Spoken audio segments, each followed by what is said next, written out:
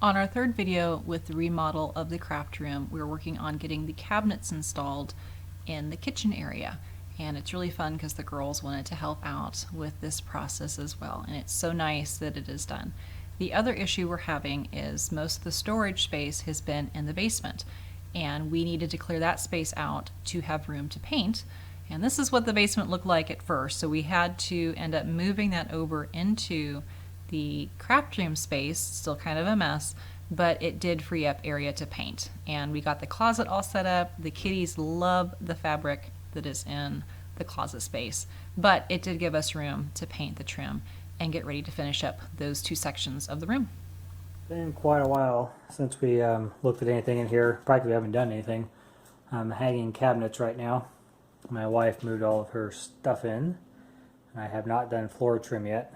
She's working on a project over here. But anyways, it's Christmas Eve, and I promised her I'd get cabinets up, so that's what I'm doing. She's making fun of me because of the amount of drills I have. But there's my pilot, there's my countersink, and there's what I'm a drill to screw in with. This way I'm not constantly changing bits back and forth, and it saves time. One thing I was going to show you real quick is how I make sure I hit a stud. As I can see on the back side of the wall that my stud's right here. I ran a 4-foot level up the wall and then measured over. You know that I'm 15.5 inches off of this edge to my stud. So I'll have a screw in the top, screw down below, and then I'll come in through the side here to attach those two that way. This is where my countersinking comes into play. See, that's nice flush there. That is an oops, and that is an oops. Not because I missed the stud, but because when I screwed it in, I wasn't holding it up, and it fell down a little bit, so I'll fill that with putty. But anyways, I always screw these in through the sides. I try to do them on areas where you won't see them. So, for example, this one's back here. This one is up here. We're not going to see it. The next one I'll do is here, or hopefully you won't see it either. Because of the way the kitchen turned out, these are actually vertical cabinets that I put horizontal. So this is a 1230 that I'm using as a 3012. Same thing for these. These are 1530s I'm using as 3015s, or vice versa, however you want to say it. But basically these would usually be turned this way, and I'm turning them this way in order to make it work. So the stove is right here, be a microwave right here, that's what these boxes are for. This is my vent that ran up. So what happened is when I turn these on their sides, I have no more need for the shelf brackets. So I use the shelf brackets to build around my exhaust vent. That goes up and then to the outside. So anyways, back to this. So I know I'm 15.5 inches. Now this little lip here will mess you up every time. A lot of people will measure and they'll hook on that end, or they'll come inside, or they'll try to measure inside like that. Just doing that is the same thing as measuring in here, and then you end up off, potentially miss your stud. So hook on the outside of your trim, and then angle this a little bit so I can see right there at 17.25 to the inside of the cabinet. So 15.5 minus 17.25 is 1 3/4 inches. So now I'm just going to inside here and measure over 1 1/4 inches, mark it, drill a pilot hole, and that's where my stud will be. So I'll go ahead and I'll put one in the bottom, put one in the top, get my screws just sitting in there, and I'll get it up, hold it tight, get one screw in, check for level, screw the bottom one in, leave them a little loose a little bit, and then do this one in through the side until it's all nice and as flush as you can possibly get it. These are just stock cabinets, nothing special about them, but this is as tight as I can possibly get them. This is a manufacturer's error. They put the screw in at an angle and it started to pop through. I'm not sure what these little divots are there, but something in the manufacturing, nothing that I would have done. But, so now that I got these two took quite a while trying to figure out how to work all this, I had to move my outlet over because it was back here. My pipe came in here, it angles over and down and then into here, and I had to tape all that up. It was a mess. But anyways, that took the longest amount of time. So I got to put a corner cabinet up, 1830 here, 1530 there, or 3015, and then I'll be done for the day. Not sure if I'm going to do my corner cabinet because I got to shim that out. But thought I'd give you a quick update. What are you doing, Natalie? What? What are you doing? Are you videotaping me? Mm-hmm. I'm painting trim.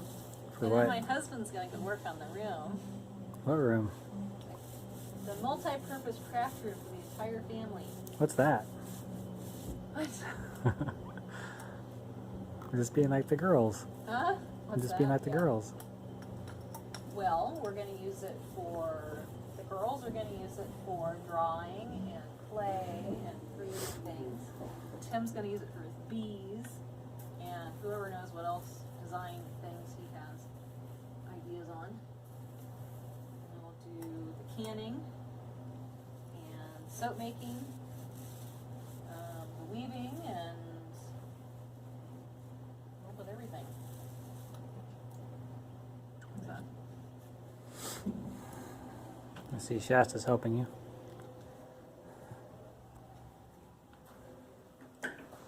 This room, that's still a mess. But the cabinets are up, and she's already been in here making soaps and things. I haven't done much. Gotta put the plumbing in and then the countertops, and she's painting all the base trim so we can seal up doors like that and get ready.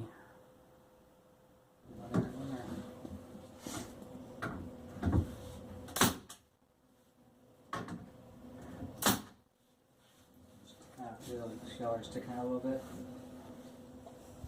Take your finger. Feel that? Feel this one? So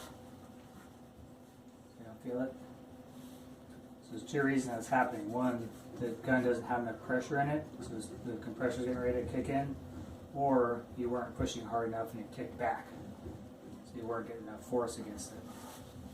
What about you're doing the top one? Oh, hang on to that.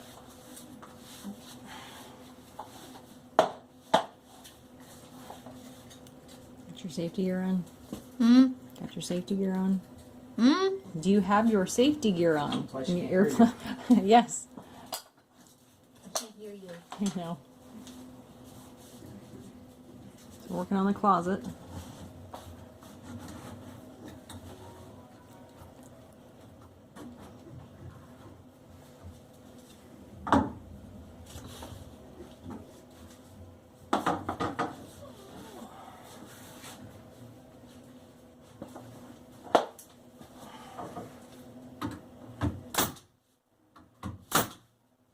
I did it, I can't feel them.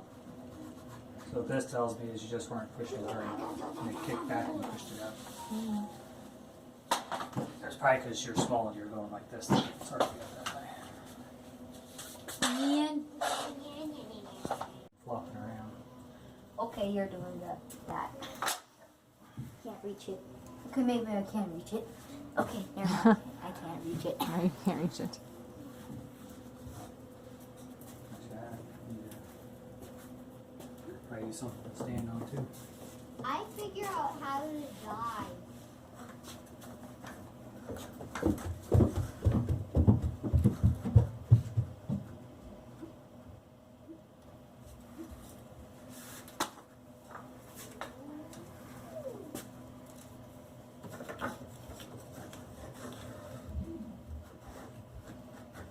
Hey Mom, Yeah, but what type of stew is tonight? I'm making a beef stew. Well, what type of stew is it? Beef stew. That sounds good. Yep. It smells good. Mm-hmm. Guys, step stool. Thank you.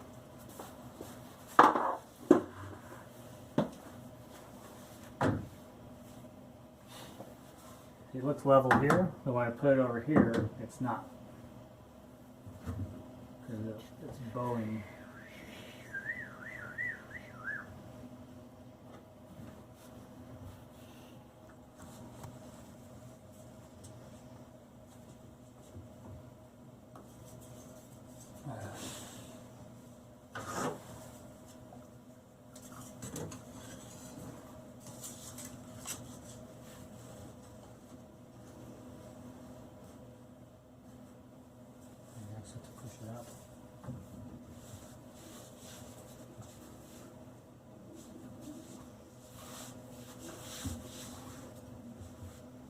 That meal getting ready? Give the other, babe.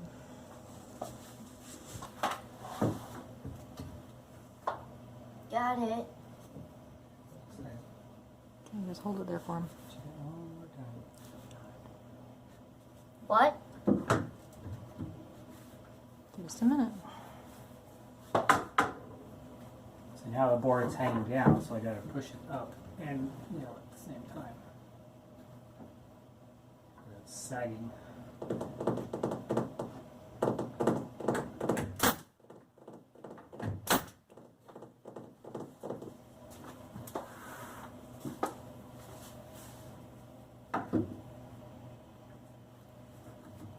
No, it's right on.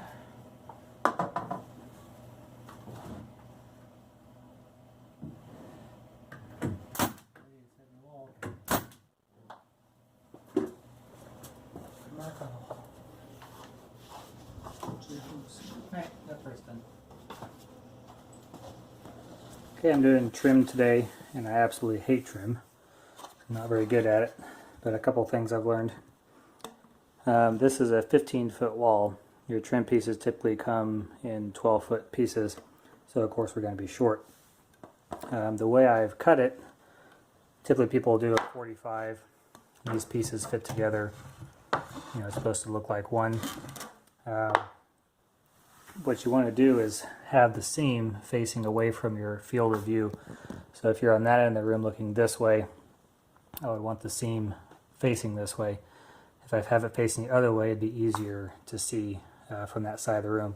This is about a 3 foot, a little less than 3 foot piece, a little over 3 foot piece, I guess. And it'll probably be a furniture here, so it's good placement. Another thing is when you come to a corner, when they mud this, this actually fills out. This is no longer a 90-degree angle, even if you were lucky enough to get it at 90 degrees when you built the wall. So what I'll do, I don't know if you can see this, but I nipped off the end of that just about a 1/16 of an inch or so, and did the same thing on this side. So when these two pieces come together, you'll actually leave a little bit of a gap in the back to help compensate for that. So this wall is luckily 12 feet. Don't have any worries there. And then another trick is to go ahead and put a little bit of caulking along here, paintable, make sure it's paintable. And then when I put that in there, it will squeeze it out. A lot of people will put their seam in place and then they will put their caulking on. What happens is that doesn't actually get inside there at all, and it'll eventually shrink and then crack. You'll be able to see it. But if you get it inside there and it squished itself out, you have a much better seal. So I'm going to pause it. I'm going to put a little bit of caulking along here, put a little bit along this seam, and I'll put this piece in there, and then this piece will have caulking on, and I'll go ahead and put this piece in. When I get to that end, I'll put caulking on the piece that runs along this wall. I can't do that right now because of all the stuff that's in here. I'm having to move things around. So when I get this side of the wall done, then Natalie can come in, put everything back over the way it was, and then I can do the trim on the other side.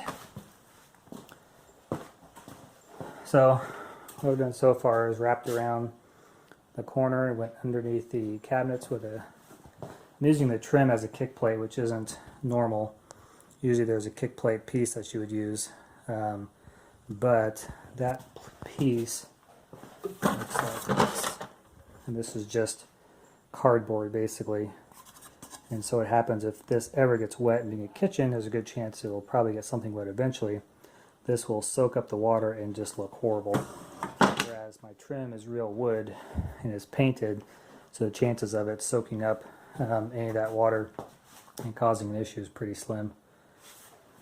Coming around the corner, when you cut these, you typically cut them about 1/8 of an inch long, and then you fit your pieces in together before you tack anything. So I cut this piece and this piece at the same time, just cutting this piece back and forth until it fit perfect. And then now this piece was 1/8 inch long on this side. I cut this piece, leaving this side an 1/8 inch long. Cut this one on this end back and forth until it fit together perfectly. Now on this side it's sticking out, and did the same thing around. Now I got to this one, I actually started over on the base of this cabinet, put that piece in, then this piece in, then did this one last. Reason being is that I can't push something into that corner where the cabinet's set up. So this was my variable. So this one was actually cut a little over 1/4 of an inch longer, so I could trim down each side until it fit in there perfectly. And perfectly is a loose term because you always have to, you can never get these seals, these ends just perfect. So I have like a 32nd of a gap there, if that. But when I put that caulking on one of the sides before I put it together, then it pushes out. Like I take your finger, slide along, kind of go off like this on either side and clean it up. And then you want to come back later and actually paint over that with the same paint you used on the trim, and then you won't see anything. Because what happens is, like right here you can see a little divot. So when this dries, I'll come back over and put another smearing of caulking over there, and just a little bit just to fill that. And then when you paint over it, it'll be the same and you won't see it. There's one there. So when I paint over this, the difference between my paint and the caulking color will disappear, and it'll help smooth that out too. And then you won't see anything at all.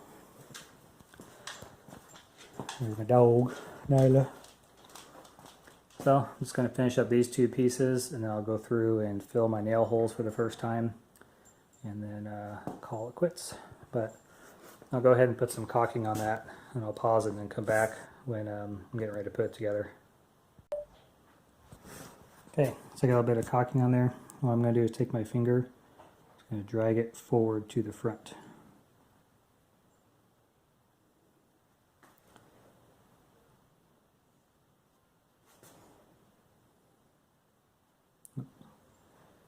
I'm doing this one-handed, so sorry for the camera bouncing around. Same thing on here, drag it forward.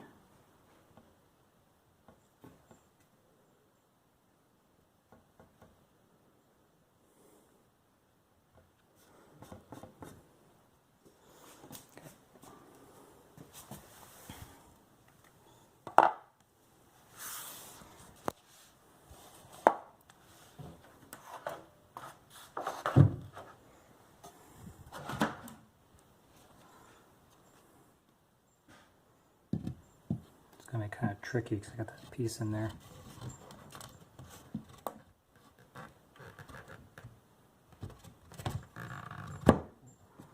This one-handed makes it all the more easy. Alright, so here's my gap. And when I push this together, if I can do it one-handed here,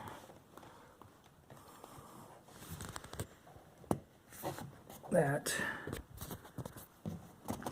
I'm going to pause this, but we'll see where it's at right there, and I'll show what it looks like when I'm done here. Okay, so there's my seam. You can still see it, but mainly it's because that caulking is a lighter, or should be a darker gray. So when I paint that, you really won't see it at all. There's my corner, fits together nice. So I'm just going to tack this one down, fill my holes, and call it good for the day. And if I remember, I'll come back and film this when it's actually painted. You can see what I'm talking about. From this side, you can really see it. And from this side, it's not as noticeable, and you really won't notice it again when it's painted. All right, till next time.